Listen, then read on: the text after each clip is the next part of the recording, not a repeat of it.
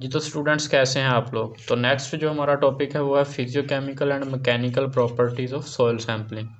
अभी last video अगर आपने मेथड्स ऑफ सॉइल सैम्पलिंग जो है ना, और उसके बाद था इसमें tools used for soil sampling और होल्डिंग और सारा कुछ जो है ना सॉइल सैम्पलिंग को फुल डिटेल में नहीं पढ़ा, तो वो आप वीडियो देख सकते हैं, आई बटन पर अवेलेबल है। तो अब हम डिस्कस करने जा रहे हैं फिजियोकेमिकल और मैकेनिकल प्रॉपर्टीज़। तो as we know soil is naturally occurring mixture of mineral particles, organic matter, water and air. तो ये अब हम सब जानते हैं कि सॉइल जो है ना वो मिक्सचर होती है पानी का, हवा का, ऑर्गेनिक मादों का और मिनरल्स का, मुख्तलिफ का। उसके बाद आ जाता है it is main foundation for all life on earth and play the critical and important role in plant growth and nutrient cycling. यानी कि पौधों की ग्रोथ का सबसे बड़ा ज़रिया जो है ना वो ज़मीन ही है अर्थ पे, और यहाँ पर जितने भी न्यूट्रेंट्स हैं उसका साइकिल इसी वजह से चलता है। मुख्तलिफ जानवर या इंसान पौधों पर इंसार करते हैं और फिर इनकी डेथ के बाद ये वापस जो है ना डिकम्पोज होके मिट्टी में मिनरल्स बन जाते हैं और पौधे उसको दोबारा से यूज़ कर लेते हैं। तो physicochemical and mechanical properties of soil are crucial in determining the quality and suitability of soil for different uses, such as uses of soil in agriculture, construction and in environmental conservation। तो ये सबसे important बात है कि soil sampling या जितना भी ये हमने उसकी मैकेनिकल और फिजियोकेमिकल प्रॉपर्टीज़ को एनालिसिस करना है, निकालना है कि क्या है, उससे हमें फ़ायदा क्या होगा। हमें पता चलेगा कि ये जो ज़मीन है, ये मिट्टी है, ये कौन सी फसलें उगाने के लिए काम आ सकती है, कंस्ट्रक्शन वर्क में किस तरह से ये हेल्पफुल होगी, और अगर एनवायरमेंटल कंजर्वेशन पर या एनवायरनमेंट के साथ इसका क्या तल्लुक़ होगा कि पोल्यूशन वगैरह, या अगर ये रेडियो एक्टिव है तो कैसे उसको मैनेज करेंगे। उसके बाद है this practical will explore the physicochemical and mechanical properties of soil sample collected from different locations and help us to understand the various properties of soil sample. उसके बाद आ जाता है एक्सपेरिमेंटल डिज़ाइन। तो एक्सपेरिमेंटल डिज़ाइन क्या है कि हम 2-3 जगह से सैंपल्स लेंगे, फिर उनकी डेप्थ वगैरह का ख्याल रखते हुए उनको कलेक्ट करेंगे और फिर उसको लेबॉर्ट्री में ले जाएंगे एनालिसिस के लिए। तो यही यहाँ पर लिखेंगे कि soil samples were collected from at least 3 different locations. 3 मुख्तलिफ जगहों से लेंगे। अ फार्म फील्ड, एक हमने खेतों से ले लिया। अ कंस्ट्रक्शन साइट, एक जहाँ पर कोई मकान वगैरह कोई बिल्डिंग बन रही थी वहाँ से, और एक जंगल से, फॉरेस्टेड एरिया। और 3 जगह से हमने सॉइल के सैंपल्स ले लिए हैं।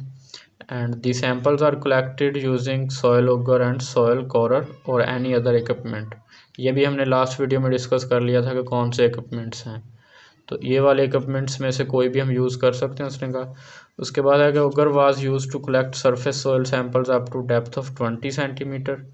यानी अगर 20 सेंटीमीटर डेप्थ चाहिए तो फिर ऑगर यूज़ करेंगे, और अगर डेप्थ जो है ना ज़्यादा चाहिए यानी 50 सेंटीमीटर तक तो कोरर को यूज़ करेंगे।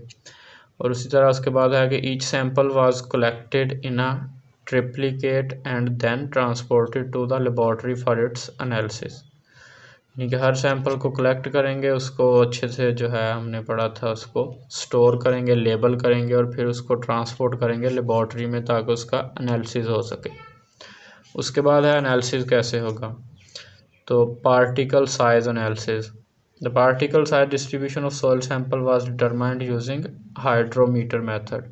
तो हाइड्रोमीटर मेथड क्या है?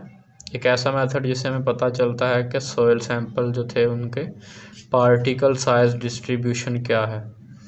उसके बाद है कि soil samples were first used to remove any large debris and then dispersed in water using sodium hexametaphosphate as a dispersing agent.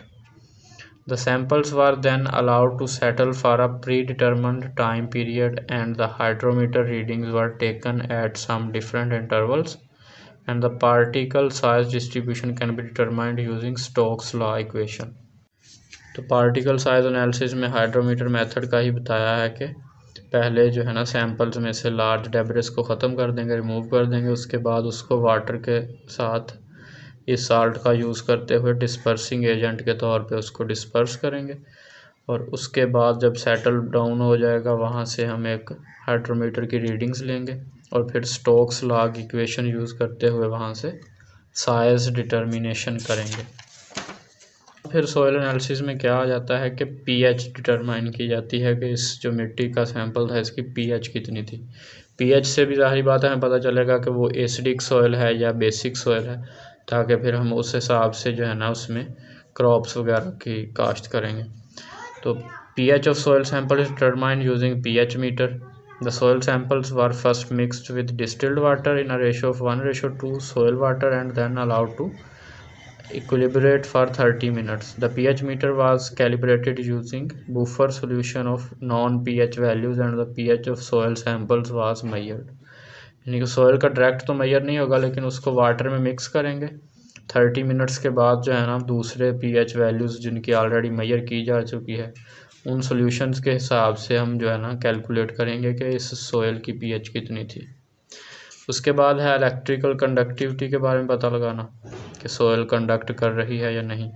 इसमें यानी मिनरल्स पे डिपेंड करेगा, उसमें आयरन वगैरह के अगर मिनरल्स ज़्यादा होंगे यानी पथरीली ज़मीन होगी, आयरन ज़्यादा होगा तो वहाँ पर ज़ाहिर बात है कंडक्टिविटी ज़्यादा होगी, तो मिनरल्स वगैरह का पता चलेगा इससे हमें। तो electrical conductivity of soil sample was determined using conductivity meter. तो उसमें भी सेम मेथड है कि हम 1:2 को वाटर के साथ उसमें मिक्स करेंगे, 30 मिनट छोड़ देंगे और उसके बाद जो है ना कंडक्टिविटी मीटर से हमें पता चल जाएगा कि ये जो सोल्यूशन बना है वो कंडक्टिविटी शो कर रहा है या नहीं, और इस तरह से उस सॉइल की कंडक्टिविटी मेजर हो जाएगी।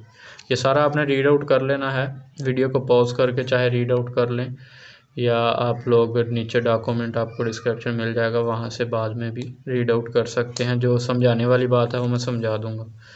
आगे है organic matter content determination. Organic उसमें कितने मादे हैं वो वाला आपने मेजर करना है।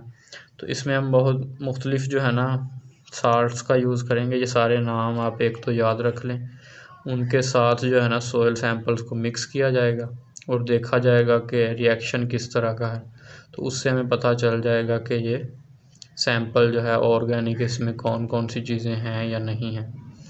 उसके बाद है बल्क डेंसिटी डिटर्मिनेशन। नाम से भी पता चल रहा है कि बल्क डेंसिटी, तो ये कैसे डिटरमाइन होगी, ये कोर मेथड है, उसके ज़रिए हम डिटरमाइन करेंगे। तो इसमें भी सेम है कि soil samples were first air dried and then packed into cylindrical core with a known volume. Weight of the core and the soil was measured and the bulk density was calculated as weight of soil divided by volume of core। यानी कोरर में हम उसको डाल देंगे soil sample को, पहले उसको air dry कर लेंगे, उसके बाद उस कोर का हमें पता होगा कितना है वॉल्यूम, तो density is equal to weight over volume या मास ओवर वॉल्यूम से हम लोग कैलकुलेट कर लेंगे। उसके बाद है वाटर होल्डिंग कैपेसिटी के बारे में पता लगाना। तो ये भी सिंपल है, नाम से भी आपको समझ में आ गया होगा कुछ लोगों को कि हमने सॉइल लेनी है, उसका वेट कर लेना है, फिर उसमें पानी डालना है जितना वो जज़ब कर सकती है, उसके बाद उस मिट्टी को दोबारा से वेट करना है और डिफरेंस जो है ना उनका, वहाँ से हमें पता चल जाएगा कि ये कितना वाटर होल्ड कर सकती है। तो यही चीज़ लिखी हुई है कि water holding capacity of soil samples were determined using gravimetrical method. The soil samples were first air dried and then saturated with distilled water. The excess water was allowed to drain and the weight of wet soil was measured. Samples were then often dried and the weight of dry soil was measured. And the water holding capacity was calculated as the difference between weight of wet soil and weight of dry soil. Difference लेंगे वहाँ से हमें calculate हो जाएगी। और and results क्या होंगे, हमें उस सॉइल की फिजियोकेमिकल और मैकेनिकल प्रॉपर्टीज़ उस सैंपल की, उस सॉइल सैंपल की पता चल गई। तो हमारे पास जो है ना वो एक टेबल बना हुआ आ जाएगा इस तरह से, और उस टेबल में जो है ना हमारे पास हर क्वांटिटी लिखी होगी सैंपल के सामने, जो हमने लेबल दिया था उस लेबल का नाम होगा यहाँ पर। उसके बाद लिखा होगा कि उसके पार्टिकल का साइज़ कितना है, पार्टिकल साइज डिस्ट्रीब्यूशन पीएच लिखी होगी, और इसी तरह से उसकी कंडक्टिविटी यानी इलेक्ट्रिकल कंडक्टिविटी ईसी लिखी होगी, उसमें ऑर्गेनिक मैटर कितना था वो लिखा होगा, और इसी तरह से उसकी डेंसिटी वगैरह, और एक और कर लें आप वाटर होल्डिंग कैपेसिटी। तो ये सारी चीज़ें मतलब लिखी हुई होंगी। तो वो जो हमारे पास आएंगी रीडिंग्स, वो यहाँ पे एक टेबल बन के हमें उस सोयल सैंपल का एनालिसिस होके लेबॉर्ट्री से हमें इस तरह से एक रिज़ल्ट मिल जाएगा। तो ये था हमारा आज का टॉपिक। लास्ट टॉपिक वाली वीडियो लाजमी देखें, फिर ही आपको ये वीडियो डिटेल से समझ में आएगी। और नीचे डिस्क्रिप्शन में लिंक है, वहाँ से आप ये फ़ाइल जो है ना, ये नोट्स डाउनलोड कर सकते हैं। ये दोनों नोट्स आपको मिल जाएंगे वहाँ पे। और बाकी वीडियो अच्छी लगी हो तो वीडियो को लाइक और इस चैनल को ज़रूर से सब्सक्राइब करें। अल्लाह हाफ़िज़।